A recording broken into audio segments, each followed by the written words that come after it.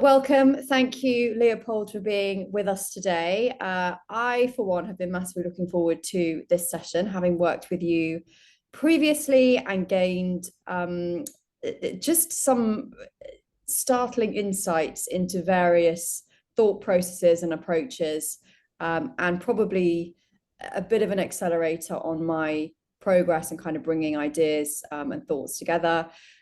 You are now a very celebrated thought leader, I would say, but we will introduce you and go through that process shortly. But before we do, would you mind just giving a quick introduction on yourself and what you're up to these days? Well, the way I like to put it is I looked at the market, I looked at the world actually, and I saw that there's a lot of injustice out there. And I asked myself, what kind of an injustice I can actually correct? I have the power to correct. And I realized that there are so many leaders and thinkers and founders that they have high worth, right? Like they're really good at what they're doing, they have the expertise, but their voice is low. So I said, I want to help them design their voice to amplify their worth. And the way I do that is by helping them design their influence, really. And I do that through three categories. The first one is ethical persuasion. The second one is communication and public speaking. And the third one is thought leadership. So I'm on that mission now. Yeah, and those strands have always combined very nicely in terms of my journey since I was lucky enough to meet you and to work with you for a brief period of time. So thank you from me to you on that. Tell us a little bit about how this started for you, because that must have been quite a big realization. What was happening, I guess, before that point? The most unusual journey. So I remember, I always tell this story. I remember I was speaking with your Justin once, and he said, Leo, you are unemployable. So I was telling him, what if I go and find a job once? And it's like, Leo, you're unemployable because there's no company who doesn't think in terms of the box. Like if I need to hire a marketeer, I need to find a marketeer, someone who had an experience in marketing. If I need to find someone in whatever. And so my journey has been so non-linear, I would say. I started in Yeah. advertising and marketing, and then I felt empty. So of all things, I went and studied philosophy. I studied philosophy, and then I started teaching philosophy. Um, there are people coming in. Okay. So I started Yeah. teaching philosophy, and then I also find that there's something wrong. There's something missing. So I have creativity, philosophy, and then I felt that I need to learn psychology, specifically the psychology of human behavior and human influence. So I studied all of these and I put them together and I created, my own brand and my own academy. So it's been an unusual journey. I even tell, I worked as a filmmaker for a couple of years. So I had to jump all over the places to find my own voice, if I can say. And have you always had a kind of entrepreneurial bent, do you think? Or is it just, does it come from just being a slightly different thinker? That's a good question.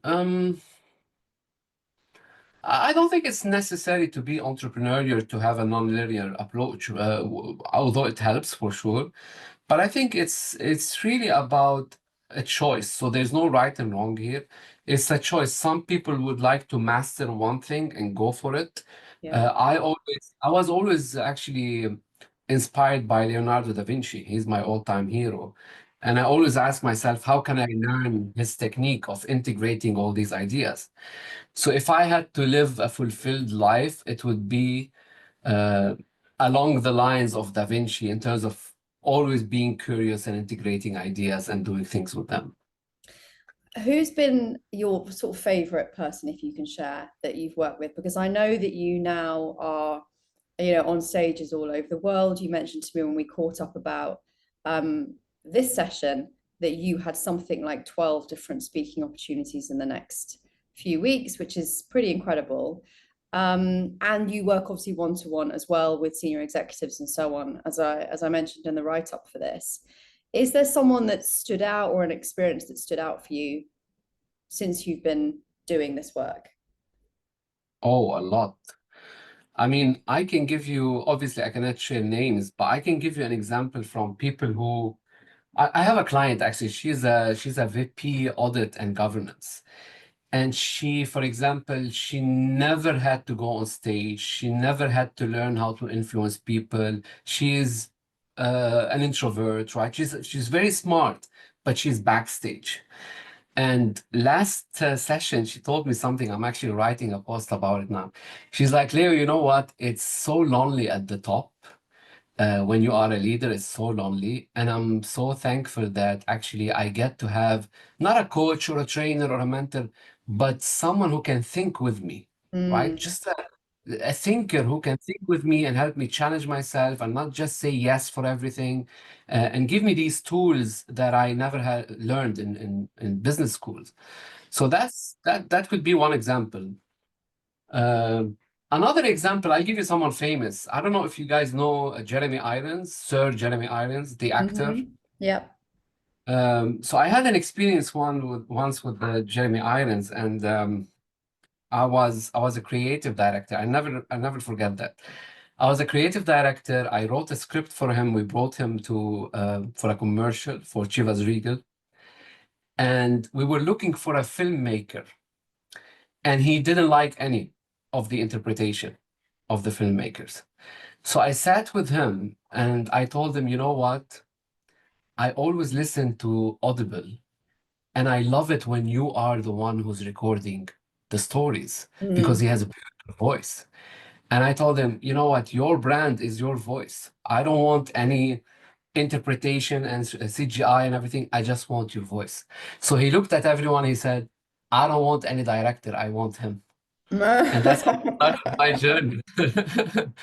So this is, and later on, I learned that I actually activated the principle of influence. I didn't know it back then, but it's actually very scientific and it worked. what is, can you share that with us, or are you going to share it when I hand over to you?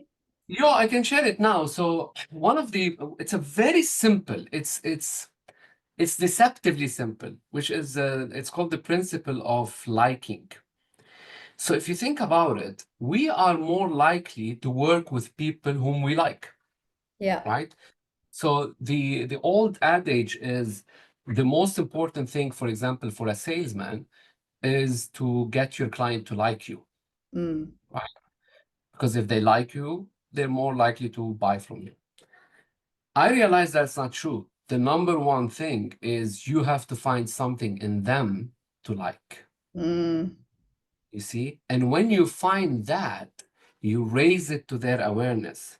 You say, mm, you know what, Helen, I read your article, I read your book, and there is this one specific point that is so powerful and it helped me one, two, three in a very specific way. So you praise them on something that is genuinely true and very specific that shows you actually did the work. mm. And the moment you do that, the subconscious mind will immediately be, oh my God, that's someone interesting. That's someone who did their homework, you Yeah. know, and it works. Yeah. No, I can completely imagine, I think we can all probably put ourselves in that situation and imagine how that would go. Um, you are a lifelong learner. You're somebody who works with mentors and advisors and so on yourself. Who are you working with at the moment, or who have you worked with recently that's had an impact on you? Uh, oh, I have to admit, every time I work with someone, they have an impact on me, especially because in my line of work, I work with people from different industry. I don't have to be expert in their industry, right? Yeah. So I feel like I'm learning from them every single time. But most recently, for the past 5 years, I would say my mentor has been Dr. Robert Cialdini, who is the godfather of influence. He started the whole science back in the 80s. And this man, changed my life because not only he accepted me as his mentee, but also he trained me to and certified me to teach his methodology. Yeah. So I'm so fortunate, and now I'm actually representing his institute in the region. So he had a great impact on me. I'm trying to bring him to Dubai, but he's getting old. Let's see. Oh, yeah, he'll have to hand over the baton to you. It's very interesting you should bring that up actually, because we had this discussion in our roundtable session on Tuesday, which is our peer-to-peer coaching session where we bring forward challenges that, or questions, issues that we face or want some answers to. And one of our members brought that particular I suppose, just conundrum really of when you have picked something up from somebody, so whether it's officially, not officially, whether it's something you've seen written or you've read in their book or whatever it may be, and you interpret it or you put it forward in your own way, or you take that learning forward and help others to learn it. At what point do you kind of hand off as having the influence yourself versus crediting them for the full work? Like, where is that line for you? This is a brilliant question. So I think fundamentally we have to acknowledge that all knowledge is built on knowledge. So if you think about it, let's talk about influence and persuasion. The actual godfather of that science is Aristotle, the philosopher, right? Like 3,000 years ago. He laid down the foundation. So I could say, well, everything we're doing now is based on Aristotle, absolutely. But also there are so many other thinkers who are, building new frameworks, new system, making new research. And I think that's what we do, especially as thinkers and founders and entrepreneurs. I think it's very important to learn something, but to build on it, because Mm, there's nothing more fulfilling than feeling that you're owning it, right? That I always say you have to give people a piece of you, right? So if I take a book, let's say influence, and I say, okay, I'm going to teach you these ideas from influence. Well, why do you need me, mm, right? You can just read the book. Uh, so, so your power is your ability to give your audience a piece of you. mm. That piece can be something abstract, can be formulaic, methodological. It can be anything, but you have to give that piece. It's taking it forward and building on it, I suppose, isn't it? Rather than just replicating it like for like, Yeah. word for word, whatever that piece of information might be.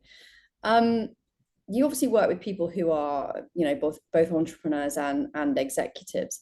Is there a kind of key challenge that you see around influence and authenticity that most people will face? Is there something you always have to overcome with these people? There's a lot, to be honest.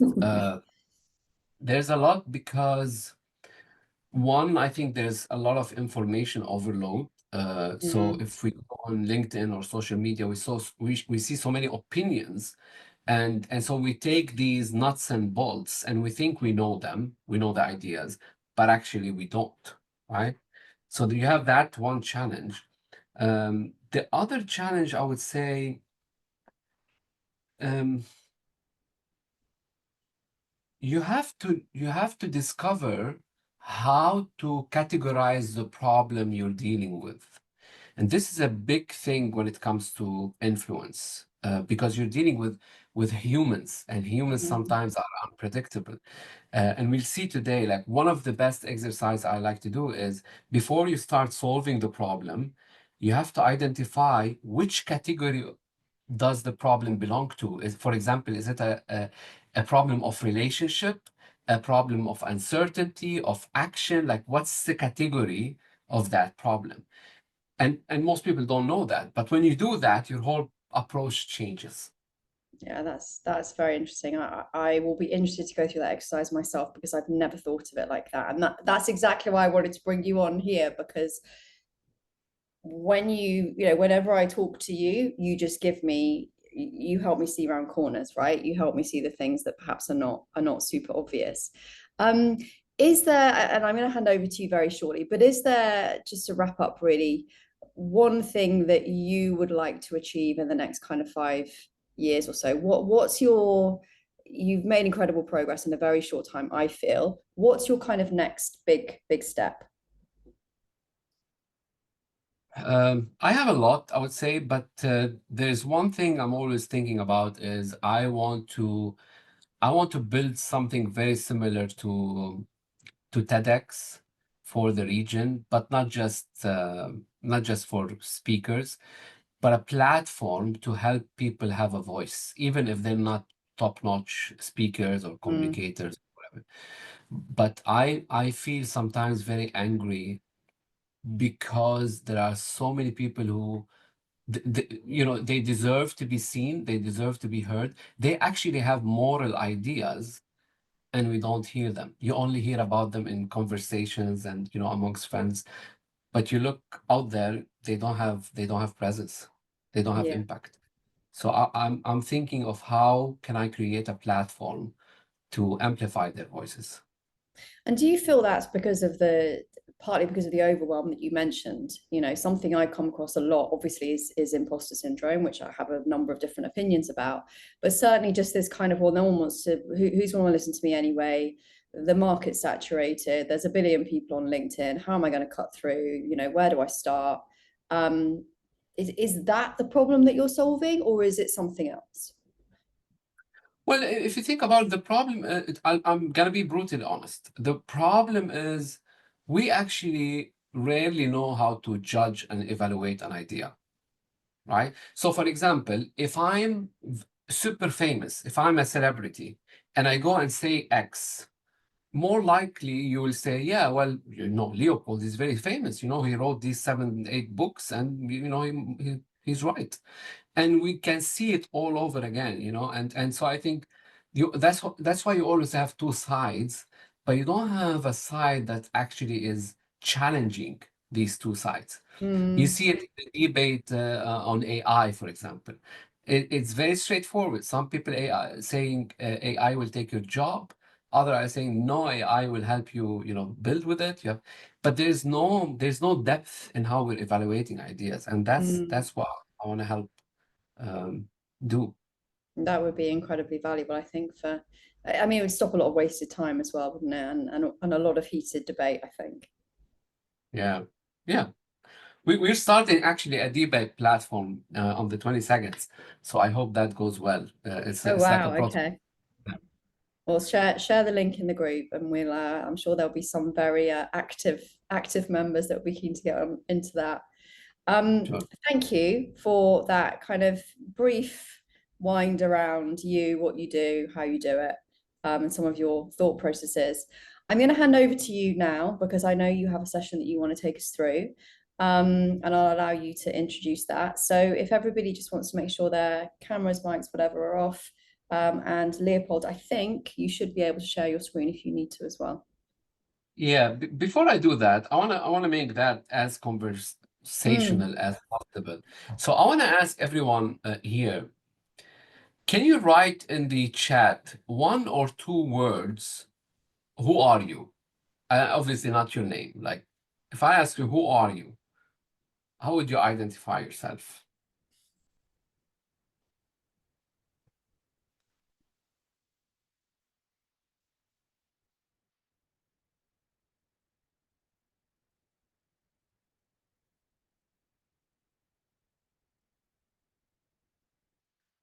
Social justice. I love that. Light worker. Okay, I don't know if Melissa, Rowan, and Paul, in a work context, I can send. Oh, I love writers, Paul. Welcome to the club. Okay, well, here's something interesting. Melissa, I have no idea what to say. I know it's tough. It's tough. And there's no right and wrong answer, obviously. But here's something interesting that especially you knowing a little bit about your background, and even Mel is an exceptional talent expert. Yeah. So I would say we don't think about ourselves as designers, but I argue that every single human being is a designer. And I want you to think about it this way: what you're designing every single day is decisions, right? Think about Paul. If you're a fiction writer, Paul, the moment you sit down, first you have to design the decision to sit down and focus to write, but then you have to design the character and then the plot and then the whole process and progression of events and all of that. So every time we're designing decisions, but also we get the illusions that we are the almighty designers, right? We forget that sometimes we have a hidden partner. So for example, if you go to booking.com and you book a hotel, what's happening there is there's a hidden partner designing the choices for you so that you can book the best hotel, right? And this is a very interesting perspective because the way I like to think about influence is all about designing decisions. A person with influence has the power and the understanding of designing decisions so he can create or she can create a win-win outcome. That's as simple as I can put it. But I want to show you something related to what we were talking about. So think about it this way. There are three ways or three pillars to influence people, okay? The first one is relationship. You can't influence anyone if you don't have a relationship with them. It's almost impossible, right? And even if you think about a certain brand, right? The reason why you go, for example, and buy a Chanel bag is because the brand built a certain relationship with you. And so we say, I trust it, the quality and the status and all of that. So you have to build relationship. That's the first step. The second step is you have to reduce uncertainty. I might have a good relationship with Jazz. I like him, he likes me, all of that. But maybe Jazz is not certain about my skills. So I'm going to fail in persuading him unless I try to reduce his uncertainty, right? And the third part is an action problem. So I can have a good relationship with you. You can have some certainty about my skills, let's say, but you're not motivated to act now, right? You don't have the motivation to act now. You say, okay, we're going to see when we're going to work together, but it doesn't have to be now. So I want to ask you, just take a moment and think about your influence challenge for this week or this month. Think about your client, let's say. Where do you see the category of the problem is? So, for example, do you think you are failing to persuade, let's say, because you don't have a good relationship, or because they are uncertain about you, or because they don't have the motivation to sign the deal, let's say now? Just put it in the chat.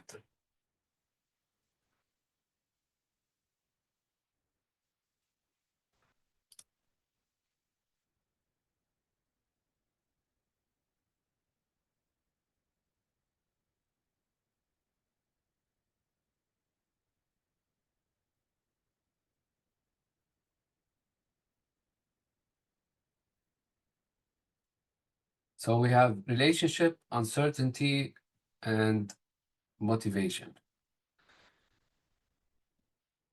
So Jazz is saying uncertainty 60, motivation 40. Okay. Uncertainty, Helen. Really hard to say. I know, just pick a client or a challenge you have for this week. I want to make sure whatever you learn today, you can actually go and apply it.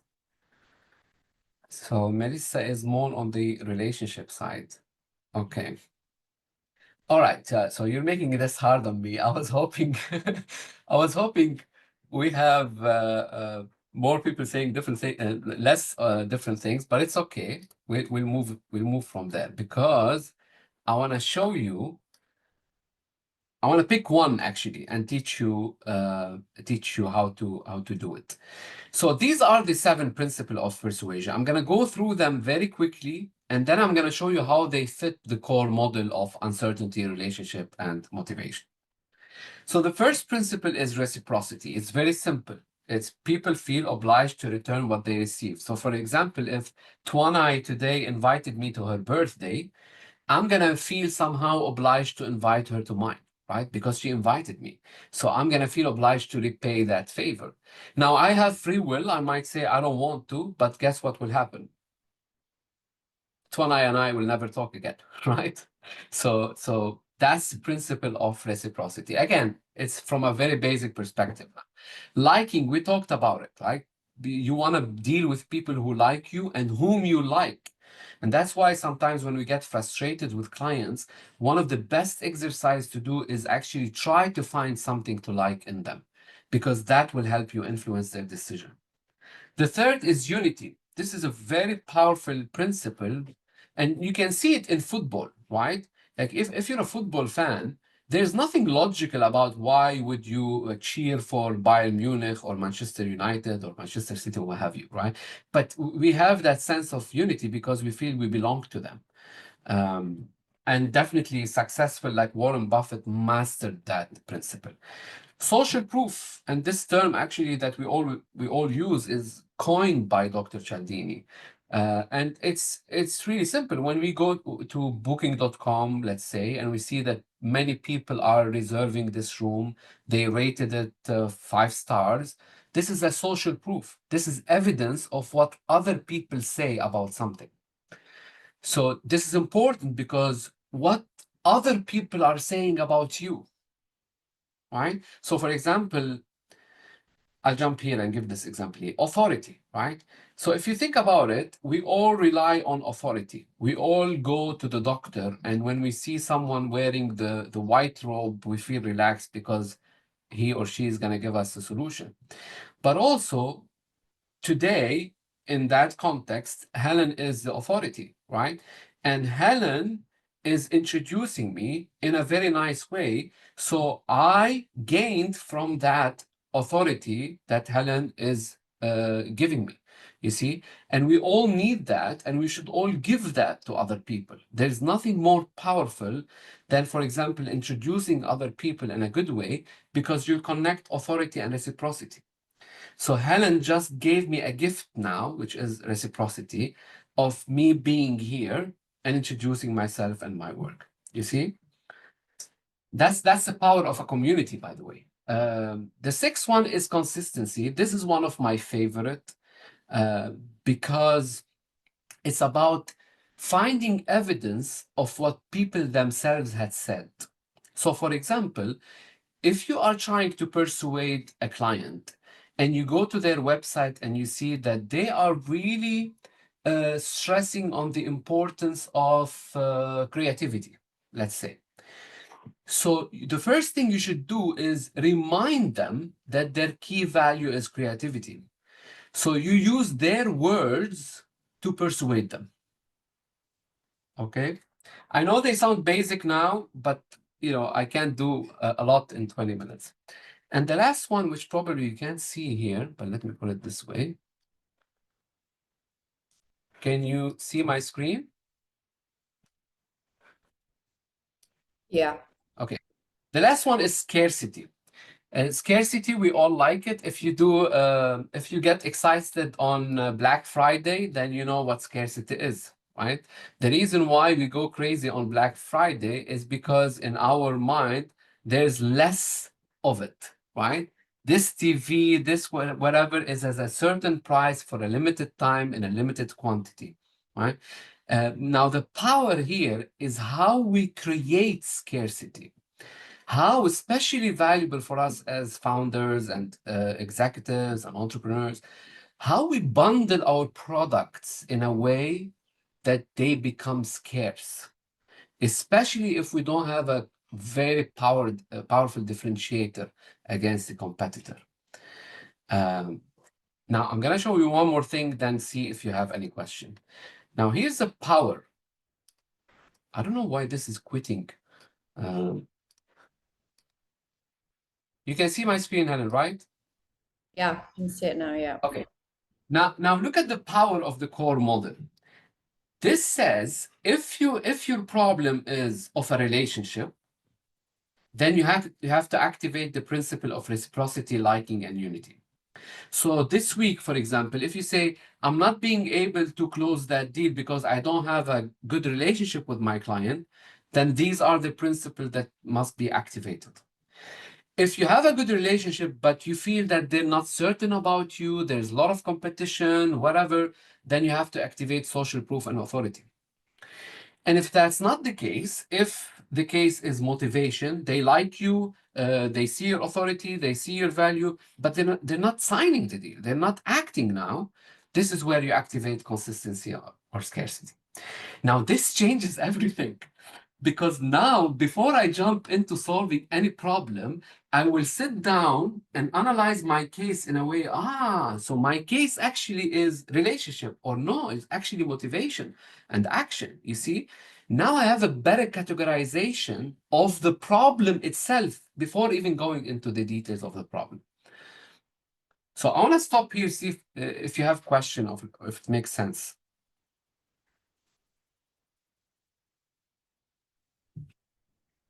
Well, it's moved me away from. Go ahead, Jess. Sorry, carry on. All right, sorry. Yeah, it's moved me away from. It's moved me towards motivation. I now realize that actually, it's liking the rapport part is well established. It's that consistency and scarcity that they need. The social proof is out there because they've got the letters of advocacy and proof. And it's interesting to narrow it down. So that's brilliant. That's really given a good lens on what I need to do next with certain people. Yeah, I mean, if we have more, I want to show you a technique you can use now. But if we had more time, what I would actually do is show you how to actually amplify these principles. Because so many people tell me, well, I have social proof, that I have a lot of testimonials on my website. Well, people are prone to this now. They know that it's just testimonials. So there's a way to actually activate it, right? Okay, Paul, the scarcity angle is very useful. Trying to speed up decisions so difficult. Everyone, yeah, okay. All right, so I'm gonna ask you which one you want. I'm gonna choose between authority, because I've seen some of you ask for authority, and consistency. So let me see in the chat which one you would like me to dive a little bit into, authority or consistency.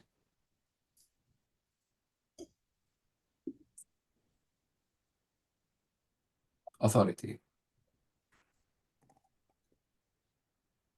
Authority, okay. All right, so let's do authority. Also one of my favorite because it's very much misunderstood. So let's play with that.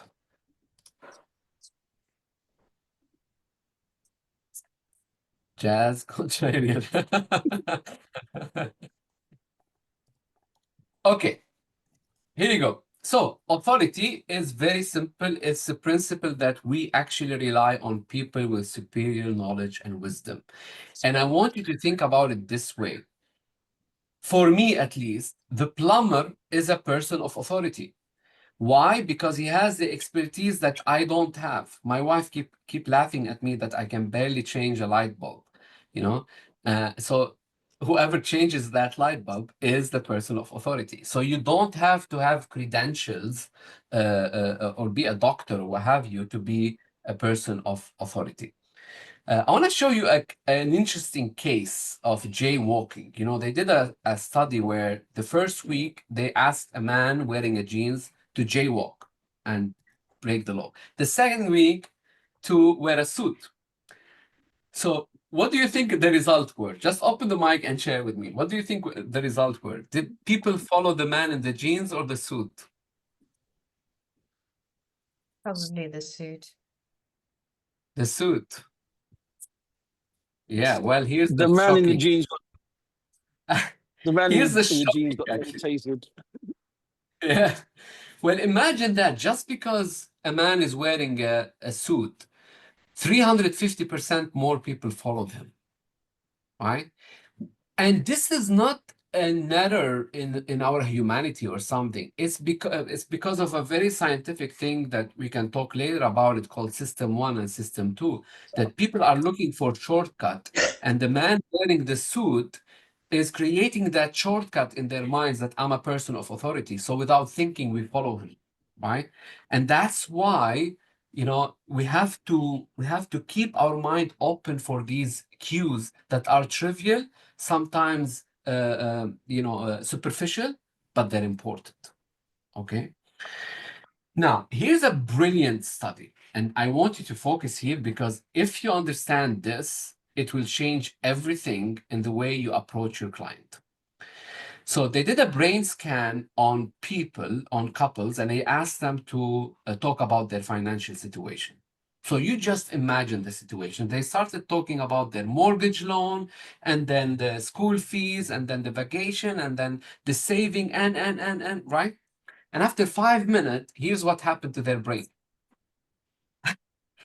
The area responsible for anxiety, uncertainty, stress is fired up. And then the researcher came and he's like, I'm sorry, I want to introduce you to Jennifer. And Jennifer is a financial planner for 20 years. She received all these awards, and she's here to help you optimize your financial situation. Look what happened immediately to their brain. Now, this is insane, right? There's nothing logical about it because Jennifer might be a fraud, right? But in our mind, you just introduced me to a person of authority to solve my problem. Therefore, they must be good. So the brain relaxes. So here's the lesson. Before I tell you the lesson, please raise your hand if you still go to your client and introduce your credentials. No one does that. That's good. Come on, brave heart. Melissa. Okay, I used to do that all the time. It's normal. I want you to stop doing that. Okay? Introduction are so powerful as long as the messenger is not you.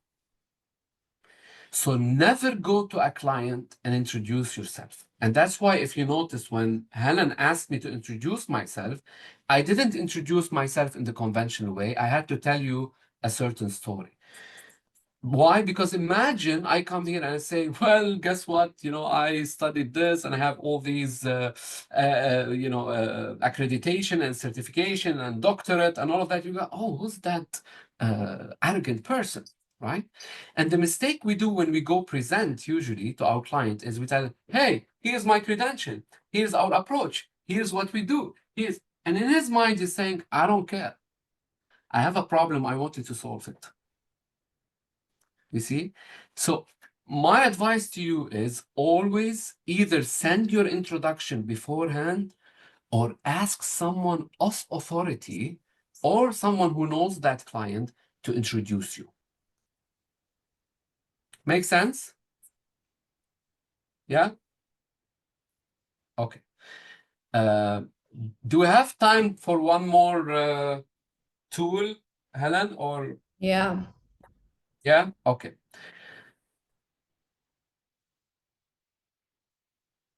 Let's see if there's any question. I was Jennifer without the front. I like that. Okay. One more thing that is actually beautiful. By the way, for example, this is how I show my authority without having to introduce myself. Every time I send my proposal, I have this reference from Dr. Cialdini. So immediately when I send it, even if people don't know who's Dr. Cialdini, they will know that, okay, if someone, he's the godfather of influence, he's saying about Leopold this, then Leopold must be at least good enough, right? So make sure you do that before you come to the meeting, and we can talk more about it. Now, here's one thing that actually is very powerful, because most of the times you have to show your authority contrasted with other people. Or, for example, you go to a meeting and someone tell you, Jazz, I really love your proposal, but it's very expensive. So if I tell you, Jazz, I like your proposal, but it's expensive, what would you say? You're not seeing the value that I'm adding to your business or your organization. Yeah, You're seeing that could it be as a one. cost. You're seeing it as a cost. You're seeing it as a cost, not an investment. Okay. I want someone else to answer. 20, Paul, Rowan.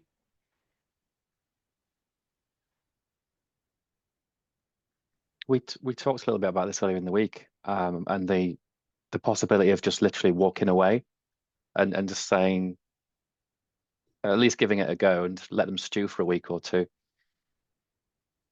So you would let them think about it?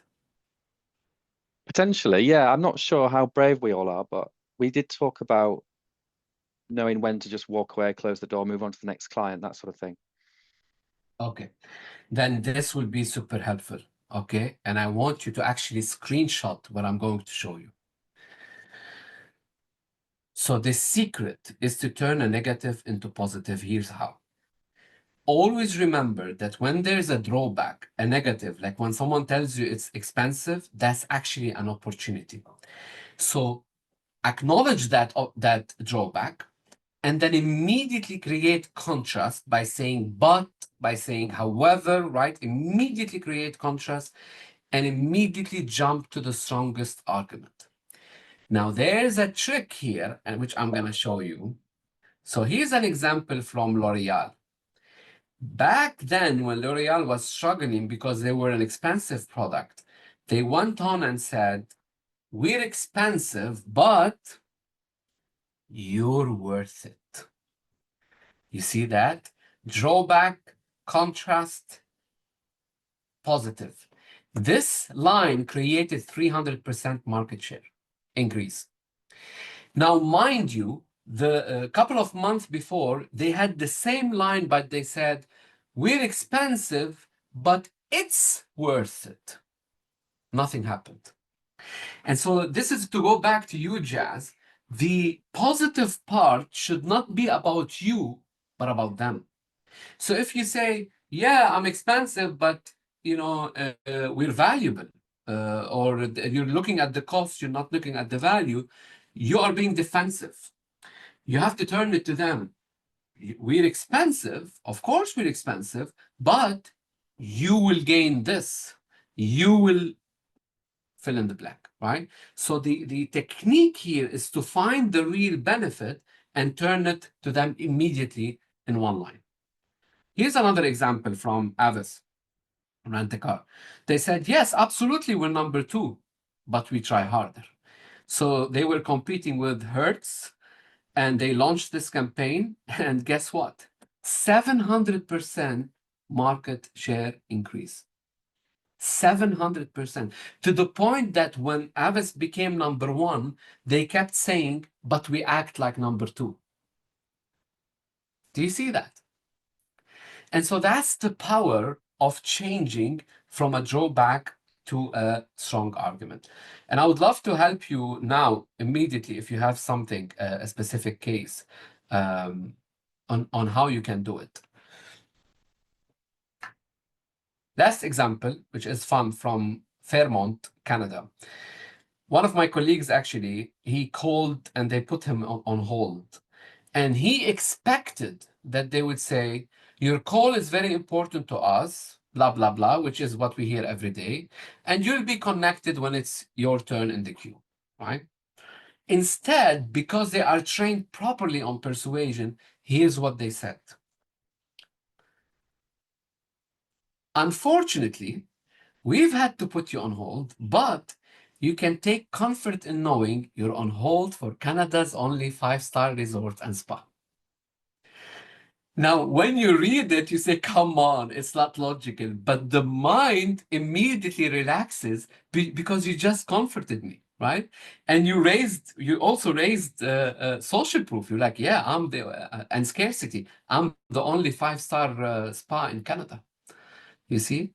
So I like to think about them as tiny tremendous. These are tiny tweaks you do in your communication that trigger tremendous impact.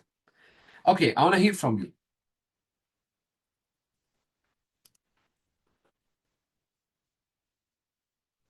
How would you change now if someone told you your product is expensive, or your proposal, or you're late on your delivery, or what have you? Who's experienced this recently? I'm pretty sure we've talked about some of these, or people just not, people just kind of not getting back to us or whatever. Like how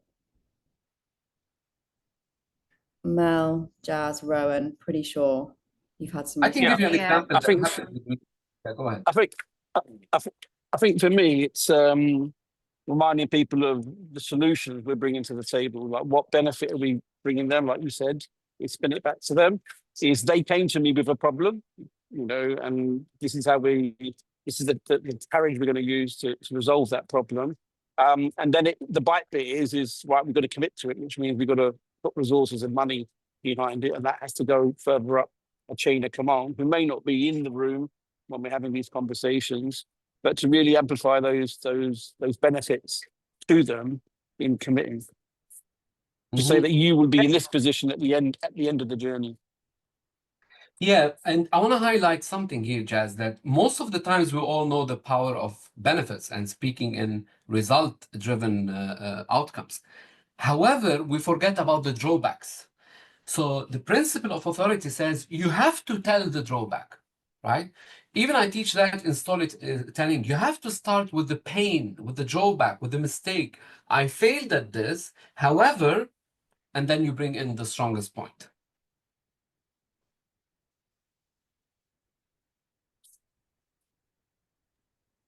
I was just going to add, sorry, I've been quiet. I've had workmen in the house. It's been very noisy with drilling and stuff. But yes, I had a scenario recently where I missed out on an opportunity because they said I was too expensive, even though my proposal was very much similar to someone else's.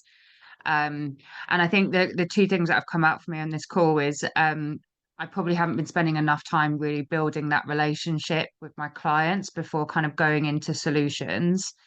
And then secondly, my response is probably, like you said, sounded maybe a bit defensive, or I just haven't responded to the too expensive, because then I think I need to now sell all my credentials again. Instead of kind of looking at how that benefits them in the way that you've demonstrated in those last couple of slides. So I think it's just a different way of looking at things, and taking a different approach in the future, not being afraid to kind of stick to what my price is, but putting it back onto them as, but you will get this, you will achieve X, which I haven't done before. And so this is a really good learning, and directly applicable to the scenarios I've been in recently as a relatively new business owner. And I want to share a technique with you that is not part of authority, but let me share it. Let me open my whiteboard so I make it clear. Why this is opening?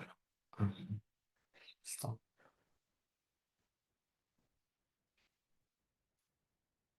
Yeah.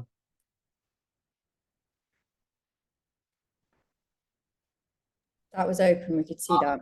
Yeah, you have to allow me, maybe. It's okay. I'll just explain it like this. Okay, so last week, 10 days ago, I had a proposal for a client. They asked me to do a talk for their leadership retreat. So I sent my quotation. And then they said, well, it's too expensive. Something along those lines. Can you give us a discount? And we all know that the moment you start giving discounts, you're out, right? And it shows, honestly, dishonesty, because you're showing that, yeah, you can go down, you can go down. So here's what I did, and based exactly on what you said, Melissa. Before I actually presented my proposal, I spoke with the CEO, and I learned that actually he had a brilliant story. He's been in the company for 20 years, and now it's a global fintech company. And he was telling me his story, and his story took like 10, 15 minutes. It was a bit boring. It was an amazing story, but the way he told it was boring. So here's what I did. And this is a concept of bundling your proposal instead of giving discounts, let's say, or whatever. So I said, okay, this is my proposal, and you're saying it's a bit too much. He said, yes. I said, how about we keep it as is, but I'll offer you a one-on-one coaching session so you can go and present your story on stage, because he was speaking in the morning. So you can go present your story on stage and rock the stage. Now notice that I turned the proposal from a leadership retreat, me doing a talk for a leadership retreat, to actually a coaching session for him, or plus a coaching session for him. So now, what do you think he said? He has to say yes. There's something in it for him, not just for the company. And also, here's your power, Melissa, is when you do that. So I went to the coaching session. Genuinely, I felt that he learned a lot, but he still needs. Guess what I did? I said, we're not done yet. We need another session. What did I just do? I built a relationship with him. In the retreat, he went there, he rocked the stage. What do you think? Who was the first person to thank? Yours truly, right? So the way you think about it is, I'm building a proposal, but I always have backup to bundle my proposal with something else. I hope that makes sense. That's excellent. I love that. Thank you for sharing that. I'll definitely Good. be using that in the future. Yeah, I wanted to use the whiteboard just to show you that and this is a very important project you can work on. You can have a product. If that's the product you're selling, ask yourself, what could I attach to this product as levers of negotiation and persuasion? So in case someone told me I can't do this, I said, okay, how about you take that bundle, right? And if I can do this, how about you take that bundle? You see? And that's how you try to productize your knowledge and your ideas. Amazing. Thank you. I think the comments, you should probably screenshot those, Leo, and frame them, because I think you've gained some new fans today. So thank you so much for your time and your insights, because I certainly learned something. I think everybody learned something in that session. So thank you. Thank you. Thank you. And we'll get this recording up as well, so you guys can watch it back, and hopefully everybody else who's missed it today. I'm not going to ask for any more questions, because I feel like we've probably solved quite a lot of people's problems, and we are running very close to 7 p.m. Dubai time. But a huge thank you from us, Leo. Where can people get hold of you? How can we connect with you? Yeah, mainly I'm on LinkedIn. So I would love to stay in touch there. But also, I want to share with you my latest article. I just put it here in the chat, because actually it's a great technique. So you might want to try it. So check it out, read it, see if you can extract something from it, and happy to chat anytime. And love to Amazing. connect. So. Yeah, please everybody connect with Leo. I'm sure I don't need to tell you that. I know you all will anyway. Thanks everyone for taking part and being as open and honest as you always are, and wishing you all a lovely rest of the day. Thank you. Thank you, everyone. It's a pleasure. I hope to see you in person one day. Thank you. Yeah. Likewise. Thank you. Bye. Bye.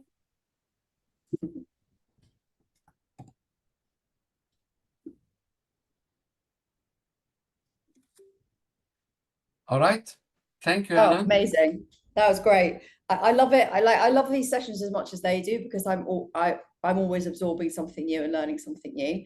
And it's just, you made it so applicable to where they're at as well, I think. You know, as we said, as you were going through some of the points in the questions, a lot of this stuff has been raised in various different ways over the last few weeks or so. So it's given them a different perspective and a different way to move it forward, which is exactly what we're here for, right? Awesome. Happy to do it. And thank you for creating the platform. It looks awesome. Thank you. No, thanks for being part of it. And yeah, I hope to see you in person soon at the Polo Club or somewhere else. Yeah, we should connect for coffee. Let's do it before the summer. We will. Cool. Have a fabulous evening. Thank you. Have a lovely evening. See you soon. Bye-bye. Bye bye.